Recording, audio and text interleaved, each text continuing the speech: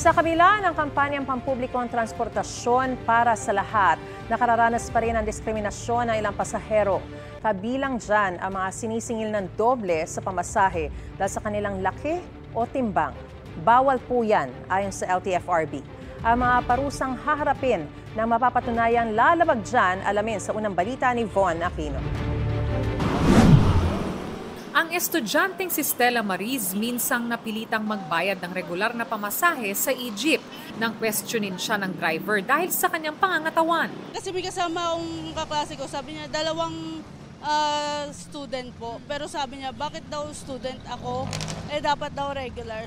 Nagbayad na lang din ako ng regular para okay na kasi ayoko na bang para mag-away kami. May pagkakataon din daw na nahihirapan siyang sumakay. Kasi pag sa Egypt po, aircon po, di ba? So minsan, parang pumipili sila ng kung sino paparahan nila. Kasi pag mas maliit, so mas daming capacity makakasakay sa jeep. Ganito rin ang karanasan ng estudyanteng si Gab. Minsan po parang di rin po sila uminto kapag pumapara ako. Ang ilang PUV drivers na nakausap namin, hindi naman daw naniningil ng doble sa mga plus size na pasahero. Hindi naman kami nag-iisip na malulugi kami. Tulong na rin namin yun sa... Siyempre, kung masikip mahirapan naman yung mga pasahero. Ang PW po 11 pesos pa rin mo pag isang tao lang po. Kahit mataba siya o mali, 11 pesos pa rin po. Git ng LTFRB, hindi dapat gawing basehan ang size o timbang ng isang pasahero sa kanyang pamasahe sa PUV. Naman ang bigat mo, isang pasahero lang yan.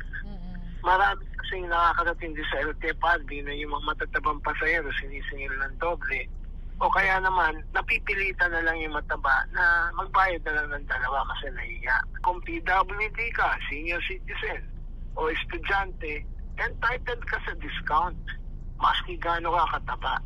Sabi ng LTFRB may paglabag at katapat na parusa ang mga PUV driver at operator na mapatutunayang naniningil ng doble sa mga plus size na pasahero. Dun sa operator, no, dahil franchise violation po yun.